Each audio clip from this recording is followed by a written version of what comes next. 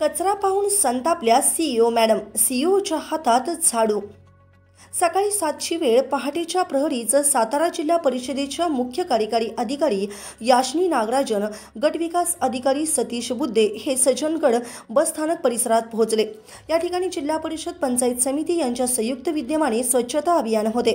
अभियानाच्या सुरुवातीस कचऱ्यांचे ढिगारे पाहून सीईओ मॅडम यांचा पारा चढला। त्यांनी तात्काळ परळीचे सरपंच बाळासाहेब जाधव यांना बोलवून यावर काय उपाययोजना आहेत असे विचारत त्यांनी सातारा तालुक्याचे वन क्षेत्रपाल डॉक्टर निवृत्ती चव्हाण यांच्याशी फोनवरून चर्चा करत माहिती घेतली। तसेच त्यांना वन विभागात कचरा टाकणारे व्यावसायिक यांच्यावर तात्काळ गुन्हे दाखल करा असे सांगितले। स्थानिक दुकानदार यांच्याकडे जात आम्ही कचरा गोळा करतोय आणि तुम्ही इथे थांबलाय असा प्रश्न करीत तुमच्या दुकानाबाहेरील कचरा कुंड्या कुठे आहेत, तुमचा कचरा कुठे टाकता असे विचारत सज्जनगड हा स्वच्छ आणि सुंदर राहिला पाहिजे यासाठी स्थानिक प्रशासनाला तुम्ही सहकार्य करा। वन विभाग, गडावरील दोन्ही संस्था, ग्रामपंचायत यांनी मिळून उपाययोजना केल्या पाहिजेत अशा सूचना केल्या।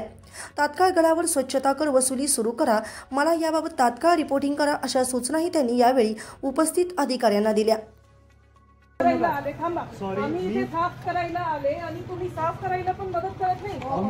एक तो तुमचा डस्टबिन पण नाहीये। कुठे आहे डस्टबिन? कुठे टाकला तुम्ही? जालना पण गुन्हा आहे। कुठे टाकताय? आता चला प्रत्येक गाव दुकानदारांना बोलवा